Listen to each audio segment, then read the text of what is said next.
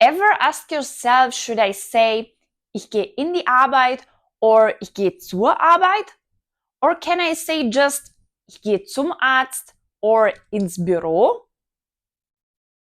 If you've been confused by these little words, don't worry. Today we're clearing up the difference between zu and in once and for all. If you want to dive deeper into other common German prepositions like bei, nach, but also zu and in, I've got a separate video that explains them all. Make sure to check it out, and as usual, you will find the link in the description. Hello everyone and welcome to Sprechify, where we make learning German easy peasy. My name is Francesca, I'm a native German speaker and I've been teaching German for over 7 years. And in this video, we'll break down the difference between zu and in, when to use dative or accusative, and we will analyze some real-life examples. Let's get started. In German, both zu and in can describe going somewhere, a direction, or a destination, but they are not interchangeable, and here is why. Zu is generally used when you are going to a place without focusing on going inside, and it needs the dative case. In, on the other hand, focuses on going inside a place or space, and it needs the accusative case. So, if you are going to a destination as a concept or purpose like work or school, you usually use zu and the dative. But if you are going inside a building or enclosed space, then you will use in plus the accusative. Let's have a look at some real-life examples and compare them. The first example is ich gehe zur Arbeit or ich gehe in die Arbeit. Ich gehe zur Arbeit means you are going to work, to a workplace, so it can be a building, a site, whatever. And ich gehe in die Arbeit means I'm going into work. Some say it's a regional thing, but both mean the same. You can make a difference when you say ich gehe zur Arbeit, that you are going to work, not necessarily into a building. And if you want to stress that you're going into a building, then you can say ich gehe in die Arbeit, but both mean the same. So you're going to work. Both mean the same. Another example is ich gehe zum Arzt. You are going to the person, so to the doctor, or to the doctor's place as a concept. But you cannot say the same, you are going to the doctor, using in. And I think it's quite obvious why we cannot use in, right? But you can say ich gehe in die Praxis. So you're going to the doctor's office. This is an alternative you can use for ich gehe zum Arzt, ich gehe in die Praxis. The next one is ich gehe zur Schule or ich gehe in die Schule.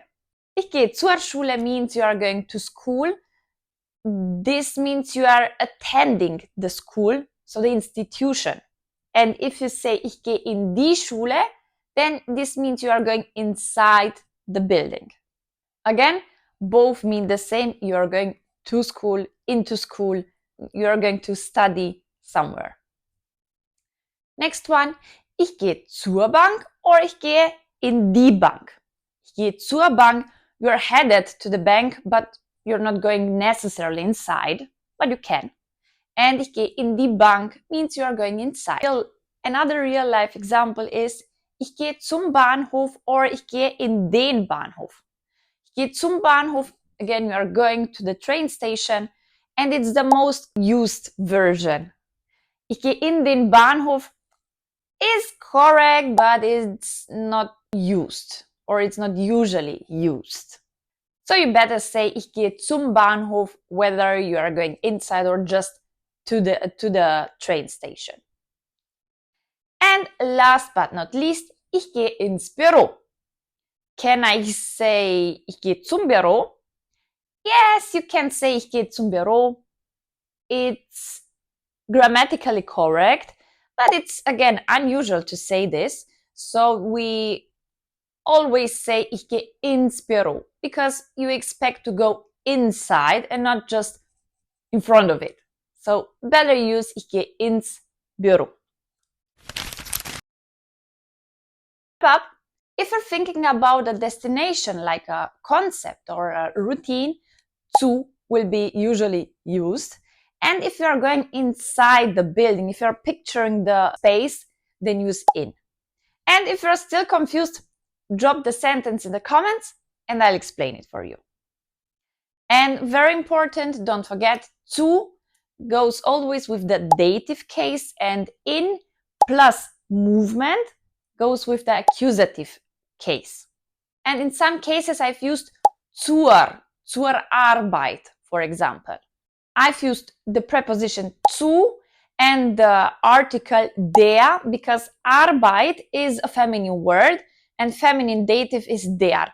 And with zu and der, it results in zur. The same we did with zum. Here we have the preposition zu and the article dem for masculine or for neuter, and we have the result zum. The same goes with in. For example, ins Büro, we have the preposition in and the article das. And together they are ins. And there you have it. A clear understanding of how to use zu and in context, and when to apply the dative and the accusative case appropriately. Still have questions? Then feel free to share your own examples in the comments. I'd be happy to take a look and guide you through them. If there's a particular grammar point you want me to cover next, let me know in the comments. And if this video was helpful, don't forget to give it a thumbs up and subscribe for more German learning tips. Thank you for watching und bis zum nächsten Mal bei Sprechify.